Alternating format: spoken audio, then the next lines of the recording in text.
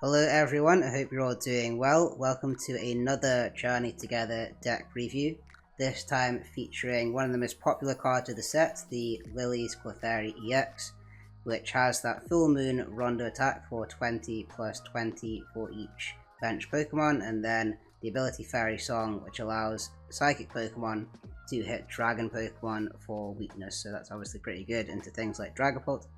This deck is inspired by the sort of Raikou V version of the old Miraidon deck, which used Area 0, whereby if you had Raikou V in play and Area 0, then Raikou could hit for up to 280, and obviously Lillies Clefairy has the exact same attack in Full Moon Rondo. So that's why this version of the deck is playing the Area 0, because when we have a full bench of 8 and our opponent has a full bench of 5, the Lillies Clefairy is sitting for 280, which is enough to one-shot most stage 1s. So that's sort of the idea of the deck. We want to basically loop Lillies Clefairy. We want to keep attacking with it and try and shoot for that high damage with the combination of the attack and the Area 0.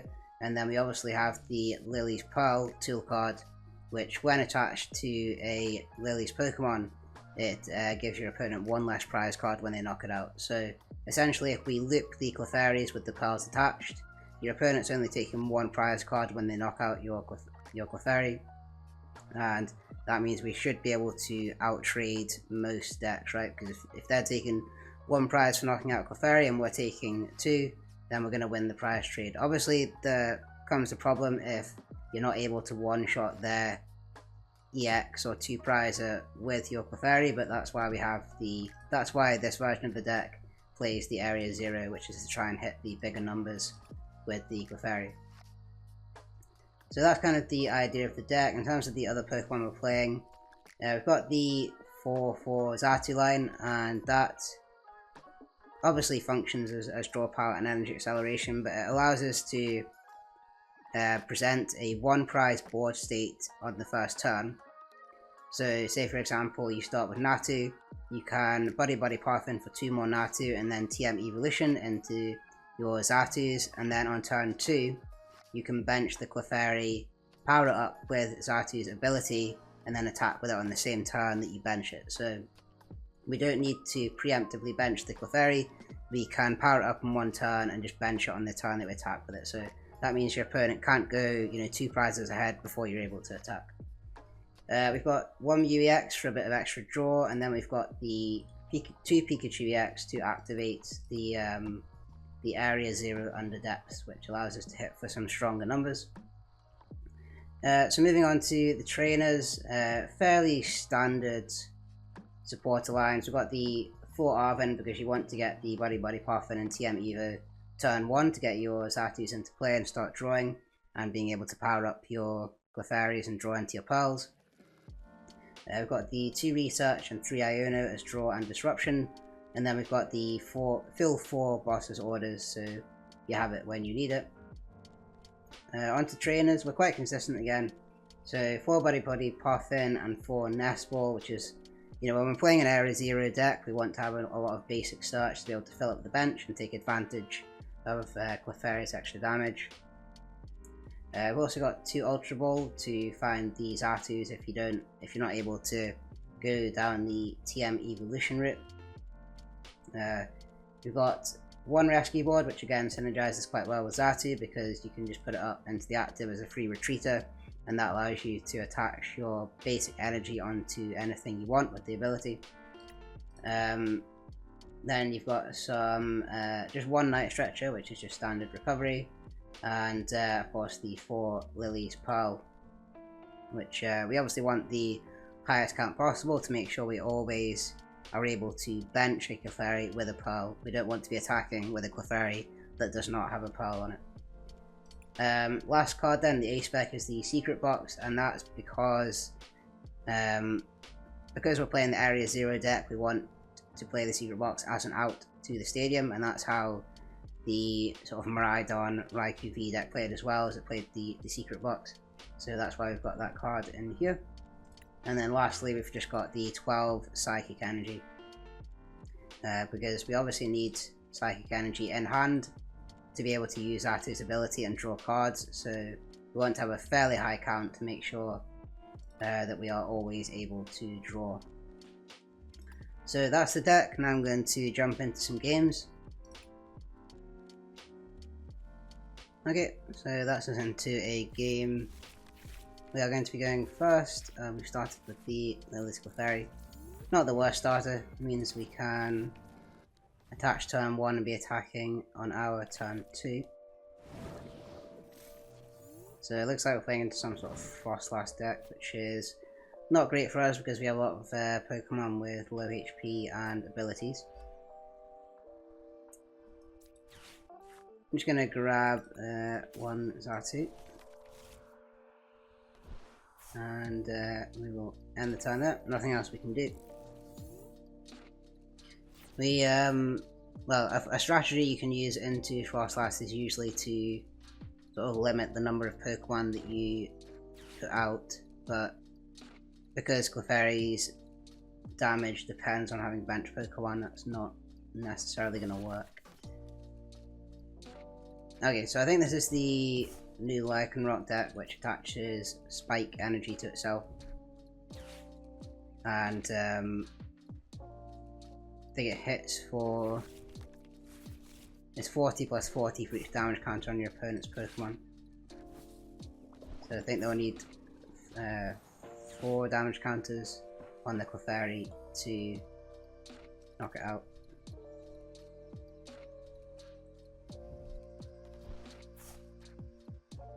And they're obviously playing a bunch of other disruption cards like the handheld fan as well. So we'll see how we go here.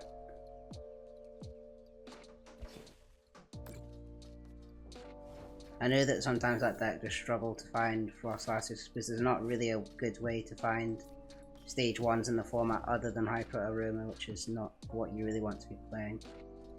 I'm just going to play the Iono. I can't afford to research and get rid of that many supporters, so unfortunately I'm gonna have to give them some more cards. So we'll attach here. We don't need to. Do we want to? I guess we can bench another Natu. Not gonna bench the Mew yet. We'll get our Full Moon Rondo. Take out the Buddy.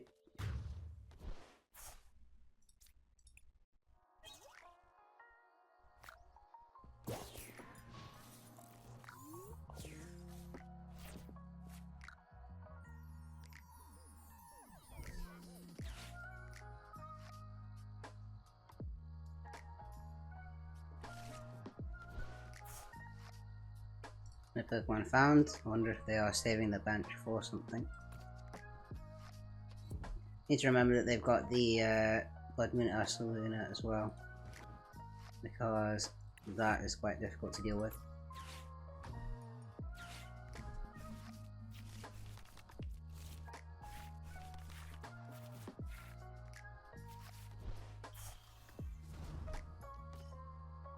Okay, they got one Frostlass, and then attacking into this Dunsparce will trigger Spiky Energy. Yeah, that'll give us an extra 2 damage counters. We do have the boss's orders. I think I probably will go for the boss's orders onto the Frostlass, because as soon as that avoids us taking the damage counters from the Spiky Energy, and as soon as you take out their Frostlass, they're going to find it quite difficult without being able to get damage onto our board.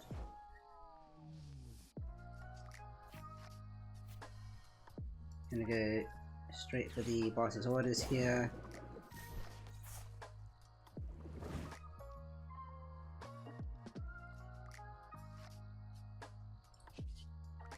We don't need to bench anything, so I don't think I'm going to.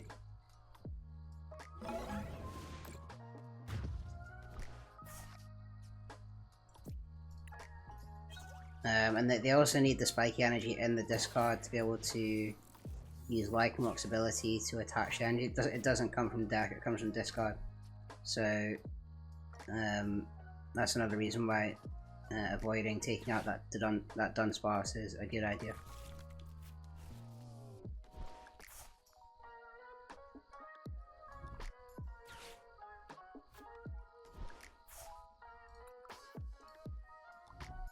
Okay, the Night Stretcher for the Buddy.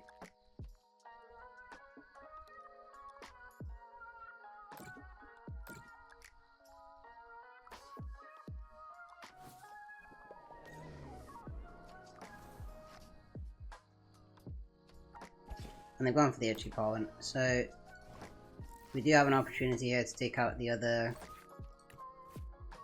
Snorunt, which I think is the right choice because I could take out the Monkey Dory, but without the Frostlass there's no damage to move anyway, so I think I'm just going to boss his orders the Snorunt. I think we're safe to bench the Xatu because we're not going to be seeing any Frostlass anytime soon.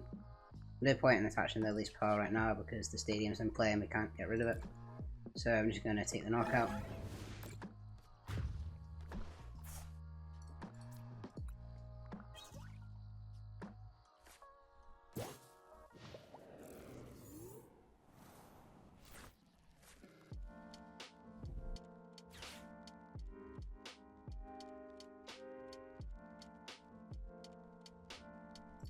And that's displayed 2 boss's orders, but we still have 2 on the deck.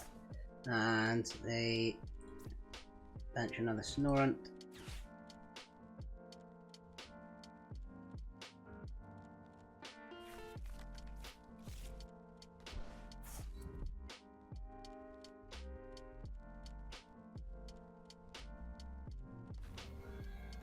Okay, they're going for the Mind Bend, so that's going to confuse us, which makes sense.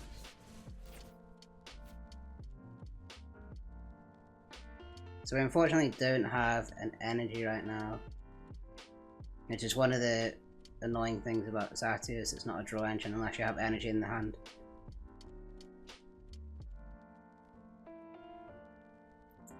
I'm going to play the Area 0 Underdepths. I can retreat here, but yeah, again, no energy. Yeah, I think I'm just going to have to go for the knockout. To be honest, there's nothing really I can do in this situation without energy. Got tail, so we attacked ourselves, which is slightly annoying.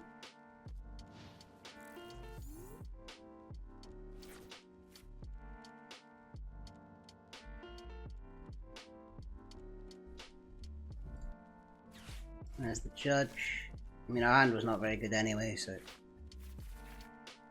And we've got an Arven, so hey, we've actually got a decent hand here. So we'll get the Arven for the rescue boards, the Night Stretcher for the Clefairy, and assuming we can get another energy off the draw from the Xatu, then we'll be able to knock out the Monkey Dory.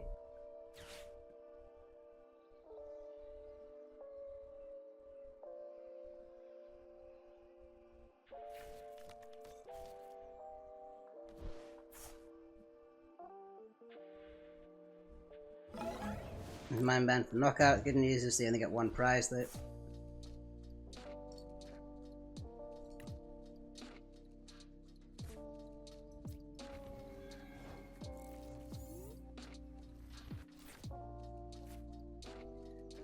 So what I could do actually is Night Stretcher for the Clefairy. Play 1 energy with the Xatu. Hope to find another off the research. I think that's probably better for next turn, so that's what I'm going to do. So we'll play Xatu's ability here. Okay, we've got the rescue board, so that's pretty good, and a Lillies PAL. So now hopefully we can find, we just need 1 energy actually off the research. And I don't play Earthen Vessel, we could Arven for it. We did find the energy, so that's good. Xatu ability. I don't think there's any point in benching the other Clefairy. We don't need it for the damage. But I do want to have a backup attacker next turn. We've got the pile as well. So I think I'll just bench it. We could attach energy here, but I think it's worth saving it to use with Xatu to be able to draw cards rather than just manually attaching it. So I'm going to knock out the Monkey Dory.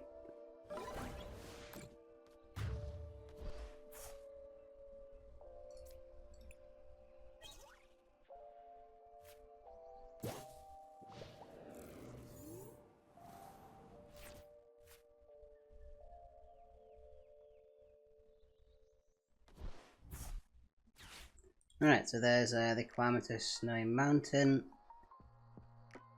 So that's just going to build up some damage.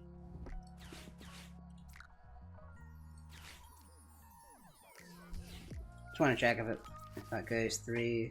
Yeah, so there's Xatu's ability attaches from hand, and this does say from hand, so Xatu will not be able to get around that.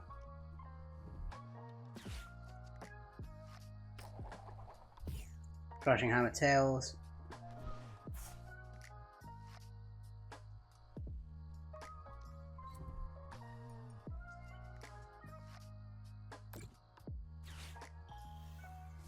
There's a Viking Rock. Have they got the Spike P Energy? No.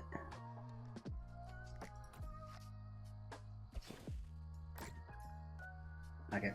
So I think as long as we just get the get another Clefairy powered up here, we've got 2 attackers, so I don't think we can lose at that point.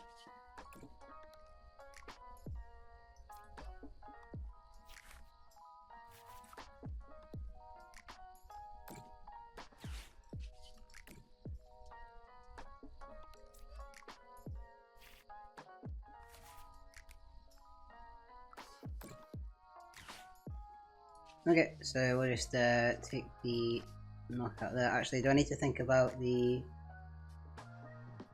Ursaluna? Maybe I do need to think about the Ursaluna. So I can't knock that out in 1 turn now that we've lost both Area 0. If we get Iono'd and Blood Moon, I need to make sure I've got the boss's orders. It's worth playing down stuff that I don't need.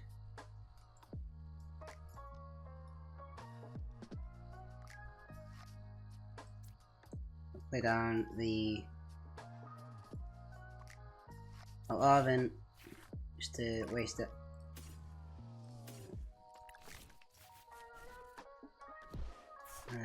Then I will.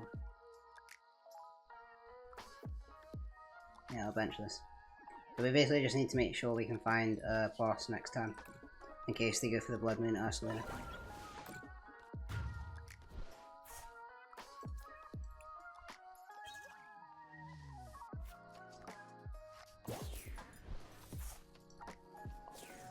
I actually might have been able, it might have been better to keep the energies in the deck to ensure we had draw with Xatu in case we get Iono.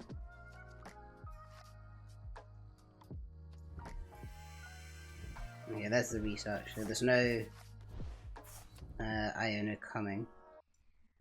Could be a reset. I know they've already played Trolley, so.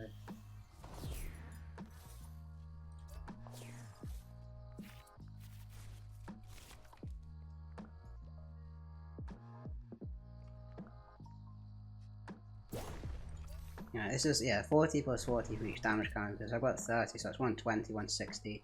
Oh yeah, okay, that's enough to one-shot me because of the damage that's already on it.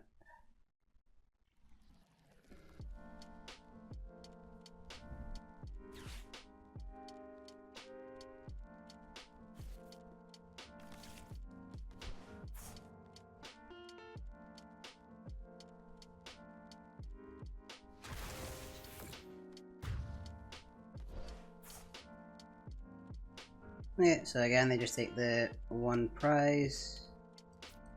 We can send up Clefairy and we can just knock out the Viking Rock.